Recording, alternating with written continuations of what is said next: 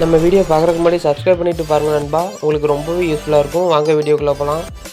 Okay, இன்றைக்கி நம்ம எதை பற்றி பார்க்க போகிறோம்னா, சோனி பிராண்டில் ஒரு அட்டகாசமான ஒரு ப்ரீமியமான ஒரு இயர்பட்ஸ் ஒன்று போட்டிருந்தாங்க. அது மாடல் என்னென்னு பார்த்தீங்கன்னா WF XB-700 woofer extra base 700 அப்படிங்கிற ஒரு இயர்பட்ஸை தான் பார்க்க போகிறோம். அது முன்னாடி ப்ரைஸ் ரேஞ்சு பார்த்தீங்கன்னா 11,000 போட்டிருந்தாங்க. இப்போ கொஞ்சம் விலை கம்மியாகி 6,000 சில்லரை போட்டிருக்காங்க. அதில் அப்படி அந்த ப்ரைஸ் ரேஞ்சுக்கு அப்படி என்னென்ன ஸ்பெசிஃபிகேஷன் இருக்குதுன்னு சொல்லி வாங்க ஒவ்வொன்றா சொல்கிறேன், பார்த்துக்கலாம்.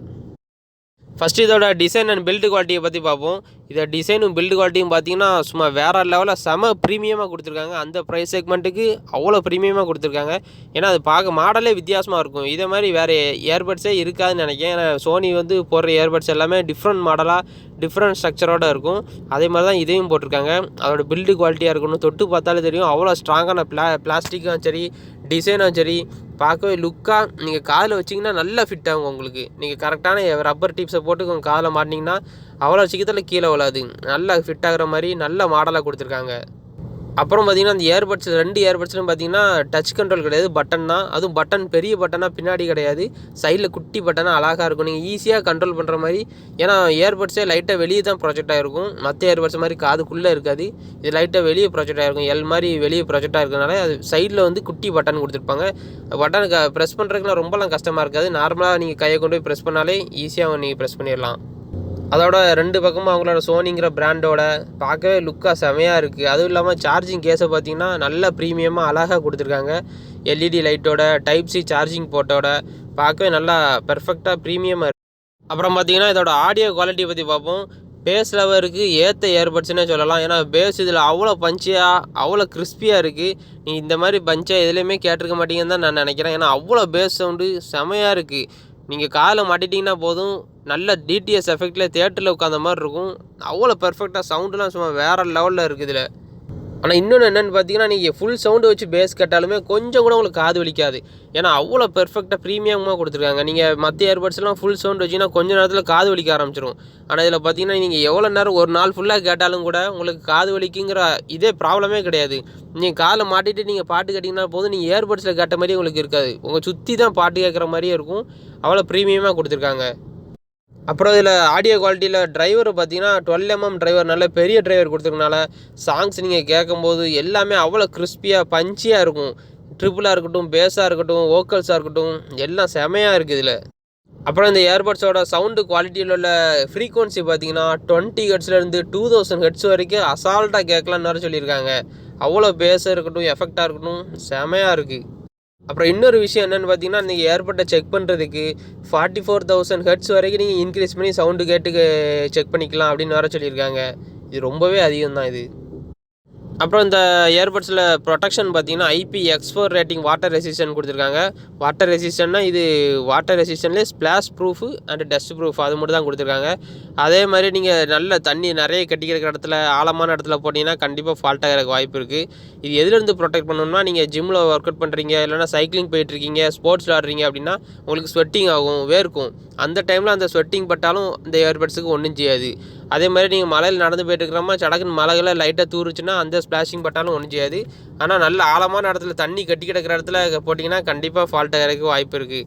அதே மாதிரி நீங்கள் பைப்பில் ப்ரெஷரைஸ் வாட்டர், நல்ல ப்ரெஷராக வர்ற வாட்டரில் கழுவுனீங்க அப்படின்னாலும் கண்டிப்பாக ஃபால்ட் ஆகிறதுக்கு வாய்ப்பு இருக்குது. அடுத்து பார்த்திங்கன்னா இதில் பேட்டரி பேக்கப் பற்றி பார்ப்போம். நீங்கள் ஒரு தடவை சார்ஜ் பண்ணிட்டீங்கன்னா போதும், சார்ஜிங் கேஸில் 18 மணி நேரம் வரைக்கும் சார்ஜ் நிற்கணும்னு வர சொல்லியிருக்காங்க. நீங்கள் இயர்பட்ஸை மட்டும் தனியாக எடுத்து காதில் வச்சு பாட்டு கேட்டிங்கனாலும் சரி, படம் பார்த்தாலும் சரி, கேம் விளாண்டா எதுனாலும் பண்ணிங்கனாலும் போதும், 9 மணி நேரம் வரைக்கும் சார்ஜ் நிற்குன்னு சொல்லியிருக்காங்க. அதுக்கப்புறம் பார்த்திங்கன்னா எமர்ஜென்சி சார்ஜிங்கும் சப்போர்ட் ஆகுது. நீங்கள் 10 நிமிஷம் சார்ஜ் போட்டால் போதும், 1 மணி நேரம் வரைக்கும் பாட்டு கேட்டுக்கலாம், படம் பார்த்துக்கலாம், எதுனாலும் பண்ணிக்கலாம். அப்புறம் இதோட இயர்பட்ஸில் கண்ட்ரோல்ஸை பற்றி பார்ப்போம். இந்த கண்ட்ரோல்ஸ் முதல்ல சொல்லியிருந்தால் டச் கண்ட்ரோல் கிடையாது, பட்டன் டைப் தான். இப்படி இந்த பட்டன் டைப்பு எதுக்கு என்னென்ன மாதிரி யூஸ் பண்ணணும்னு சொல்லி ஒவ்வொன்றா சொல்கிறேன். ஃபஸ்ட்டு இந்த லெஃப்ட் இயர்பட்ஸில் உள்ள பட்டன் எதுக்கு யூஸ் ஆகுதுன்னு பார்த்தீங்கன்னா, வால்யூம் கண்ட்ரோல் பண்ணுறதுக்கு யூஸ் ஆகுது. நீங்கள் ஒரு தடவை பட்டனை ப்ரெஸ் பண்ணி விட்டிங்கன்னா வால்யூம் அப் ஆகும். அப்படி ஒவ்வொரு தடவையும் ப்ரெஸ் பண்ணி விட்டிங்கன்னா வால்யூம் கொஞ்சம் கொஞ்சமாக இன்க்ரீஸ் ஆகும். நீங்கள் பாட்டு கேட்டுட்டு இருக்கும்போது லாங் ப்ரெஸ் பண்ணிங்கன்னா அப்படியே டோட்டலாக வால்யூம் டவுன் ஆகும், டிக்ரீஸ் ஆகும். அதே மாதிரி ரைட் இயர்பட்ஸில் உள்ள பட்டன் எதுக்கு யூஸ் ஆகுதுன்னு பார்த்தீங்கன்னா, நீங்கள் ஒரு தடவை ப்ரெஸ் பண்ணிங்கன்னா பாட்டு ப்ளே பண்ணிக்கலாம். அதே மாதிரி ஒரு தடவை ப்ரெஸ் பண்ணிங்கன்னா பாட்டு பாஸ் பண்ணிக்கலாம். கால் அட்டன் பண்ணுறதுக்கும் ஒரு தடவை ப்ரெஸ் பண்ணால் போதும். நீங்கள் 2 தடவை ப்ரெஸ் பண்ணிங்கன்னா நெக்ஸ்ட் பாட்டு மாறும். நீங்கள் பாட்டு கேட்டுட்டு இருக்கும்போது 2 தடவை ப்ரெஸ் பண்ணிங்கன்னா நெக்ஸ்ட் பாட்டு மாறும். அதே 3 தடவை ப்ரெஸ் பண்ணிங்கன்னா இதுக்கு முந்தின பாட்டுக்கு மாறும். அப்புறம் அந்த இயர்பட்ஸோட ஸ்ட்ரக்சரை பார்த்தீங்கன்னா அந்த ஸ்ட்ரக்சர் பேர் ட்ரை-ஹோல்டு ஸ்ட்ரக்சர் அப்படின்னு சொல்லியிருக்காங்க. ஏன்னா இது ஒரு ஸ்ட்ரக்சரே வித்தியாசமாக இருக்கும். நீங்கள் காதில் மாட்டிட்டு அதை முதல்ல சொன்ன மாதிரி தான் காதில் மாட்டிட்டு நீங்கள் என்னனாலும் பண்ணலாம். அவ்வளோ சீக்கிரத்தில் உங்கள் காதுலேருந்து ஸ்லிப் ஆகாதுன்னு சொல்லியிருக்காங்க. ஆனால் அதுக்கு நீங்கள் கரெக்டாக ஏர் டிப்பும் கரெக்டாக உங்கள் காதுக்கு ஏற்ற மாதிரி சைஸில் கரெக்டாக மாட்டிட்டிங்கன்னா போதும். அவ்வளோ சீக்கிரத்தில் உங்கள் காதுலேருந்து ஸ்லிப் ஆகாது. அப்புறம் பார்த்தீங்கன்னா அதோட சார்ஜிங் கேஸை பற்றி பார்ப்போம். சார்ஜிங் கேஸில் வந்து மேக்னெட்டிக் பவர் வந்து செமையாக கொடுத்துருக்காங்க. நீங்கள் ஒரு தடவை ஏர் டிப்பை அந்த ஹோல்குள்ளே உள்ளே வச்சுட்டு நீங்கள் தலைகீழ கவுத்தி எவ்வளோ ஷேக் பண்ணாலும் உள்ளே வந்து ஏர் டிப்பு அவ்வளோ சீக்கிரத்தில் கீழே விழ மாட்டேங்குது. நல்ல மேக்னெட் வந்து நல்லா பவர்ஃபுல் மேக்னெட்டாக தான் கொடுத்துருக்காங்க. அப்புறம் அந்த சார்ஜிங் கேஸோட மூடியில் பார்த்தீங்கன்னா நல்ல குவாலிட்டியான மேக்னெட் தான் கொடுத்துருக்காங்க. நீங்கள் உங்கள் விரல வச்சு தள்ளும்போதும் தெரியும் நல்ல பவர்ஃபுல் மேக்னெட்டாக தான் அதில் கொடுத்துருக்காங்க. அவ்வளோ சீக்கிரம் நீங்கள் பேக்கில் போடும்போது பேண்ட்டுக்குள்ளே போடும்போது ஆட்டோமேட்டிக் ஓப்பன் ஆயிருமோ அப்படின்னு அந்த மாதிரி கவலைலாம் பட வேண்டாம். ஏன்னா இது நல்லா கொஞ்சம் டைட்டாக தான் இருக்குது. அப்புறம் பார்த்தீங்கன்னா அந்த இயர்பட்ஸில் ஆக்டிவ் நாய்ஸ் கேன்சலேஷன் அப்புறம் டிரான்ஸ்பரன்சி மோட் அப்படி எந்த ஒரு ஆப்ஷன் இருக்கிற மாதிரி கொடுக்கல. இது ஒரு பெரிய நெகட்டிவாக அந்த இயர்பட்ஸுக்கு இருக்குது. ஏன்னா இவ்வளோ காசு கொடுத்து வாங்குகிறோம் ஆனால் இந்த ஆப்ஷன் இல்லாமல் இருக்குது. அதான் ஒரு பெரிய டிஸ்அட்வான்டேஜ். அப்புறம் பார்த்தீங்கன்னா இதில் ப்ளூடூத் வெர்ஷன் வந்து 5.0 கொடுத்துருக்காங்க.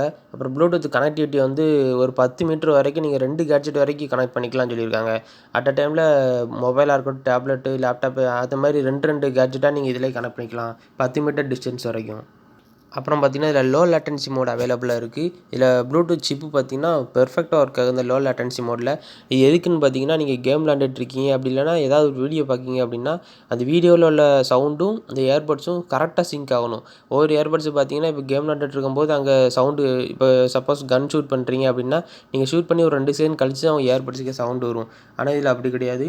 கரெக்டாக சிங்க் ஆகுது. நீங்கள் அங்கே என்ன விளாட்றீங்களோ என்ன படம் பார்க்கீங்களோ கரெக்டாக அந்த சவுண்டு வந்து இந்த இயர்பட்டுக்கு சிங்க் ஆகுது. அப்புறம் அந்த இயர்பட்டோட மைக்ரோஃபோன் அதாவது மைக்கு பார்த்தீங்கன்னா ரொம்பவே பெர்ஃபெக்டாக ஒர்க் ஆகுது. ஒரு இயர்பட்ஸில் 2 மைக் கொடுத்துருக்காங்க. ரொம்பவே அருமையாக ஒர்க் ஆகுது. நீங்கள் எவ்வளோ க்ரௌடில் இருந்து ஃபோன் பேசினாலும் சரி ஆப்போனண்ட்டுக்கு அந்த சுற்றி நடக்கிற எந்த சவுண்டுமே கேட்காது. நீங்கள் பேசுகிற சவுண்டு மட்டும் தான் கிறிஸ்டல் கிளியராக ஆப்போனண்ட்ஸு கேட்கும். அவங்க பேசுகிறதும் கரெக்டாக அவங்க காதுக்கு அது மட்டும் தான் கேட்குற மாதிரி நல்லா வடிவமைச்சிருக்காங்க. அந்த விதத்தில் அந்த மைக் வந்து பெர்ஃபெக்டாக ஒர்க் ஆகுது. அப்புறம் இதில் நாய்ஸ் கேன்சலேஷன் மோட் இல்லைனாலுமே நீங்கள் கரெக்டான ஏர் டிப் உங்கள் காதுக்கு ஏற்ற சைஸில் ஏர் டிப் மாட்டி காதில் மாட்டினீங்கன்னா போதும். அதுவே ஒரு தேவையில்லாத நாய்ஸை ஃபுல்லாக ரெடியூஸ் பண்ணிடுது. அந்த விதத்தில் கொஞ்சம் நல்லாவே இருக்குது. எந்த இயர்பட்ஸுமே நீங்கள் எடுத்துக்கிட்டாலும் உங்கள் காதுக்கு ஏற்ற மாதிரி ஏர் டிப்பை மாட்டி காதில் மாட்டினீங்கன்னா போதும். தேவையில்லாத நாய்ஸ் வந்து உங்கள் காதில் கேட்காத மாதிரி இருக்கும். அப்புறம் பார்த்தீங்கன்னா இதில் வாய்ஸ் அசிஸ்டண்ட்டும் சப்போர்ட் ஆகுது. நீங்கள் அந்த பட்டனை டேப் பண்ணுறது மூலமாக கூகுள் அசிஸ்டன்ட், சிரி அந்த மாதிரி எதுலனாலும் நீங்கள் வாய்ஸ் அசிஸ்டன்ட் கனெக்ட் பண்ணிக்கலாம். இந்த இயர்பட்ஸை பற்றி ஃபைனலாக பார்த்தீங்கன்னா பேஸ் லெவருக்கு முழுக்க முழுக்க இது ஏற்ற இயர்பட்ஸ். ஏன்னா பேஸ் லெவர் நிறைய பேர் அடி டம்முன்னு விழுகிற மாதிரி இயர்பட்ஸ் கேட்பாங்க. அந்த மாதிரி ஆளுகளுக்கு இது ஒரு சிறந்த இயர்பட்ஸ்னு நான் சொல்லுவேன். ஓகே நண்பா, இதில் புதுசாக பாக்ஸில் என்னெல்லாம் இருக்குதுன்னு பார்த்தீங்கன்னா இயர்பட்ஸ் வித் சார்ஜிங் கேஸ் இருக்கும், டைப் சி கேபிள் கொடுத்துருக்காங்க, அப்புறம் 3 சைஸில் 3 பேர் ஆஃப் சிலிக்கான் டிப் கொடுத்துருக்காங்க, அப்புறம் புக்லெட் ப்ளஸ் வாரண்டி கார்டு இதெல்லாம் தான் அந்த புதுசாக நீங்கள் வாங்குகிற பாக்ஸ்குள்ளே இருக்கும். ஓகே நண்பா, இந்த வீடியோ கடைசி வரைக்கும் பார்த்ததுக்கு ரொம்ப நன்றி. இந்த வீடியோ பிடிச்சிருந்தா மறக்காமல் கீழே உள்ள சப்ஸ்கிரைப் பட்டனை ப்ரெஸ் பண்ணி சப்ஸ்கிரைப் பண்ணிவிட்டு பக்கத்தில் பெல் ஐக்கனை கிளிக் பண்ணி ஆல்னு கொடுத்துக்கோங்க. அப்போ தான் நான் போடுற வீடியோ உடனே உங்களுக்கு நோட்டிஃபிகேஷன் வரும். இதே மாதிரி நெக்ஸ்ட் வீடியோவில் நான் உங்களை வந்து சந்திக்கிறேன். உங்களுக்கு ஏதாவது வீடியோ போடணும், ஏதாவது கேட்ஜெட் பற்றி வீடியோ போடணும் அப்படின்னா எனக்கு கமெண்ட்ஸுக்கு கீழே கமெண்ட் பண்ணுங்கள். நான் நெக்ஸ்ட் வீடியோ அதை பற்றி போடுறேன். ஓகே நண்பா, பாய்.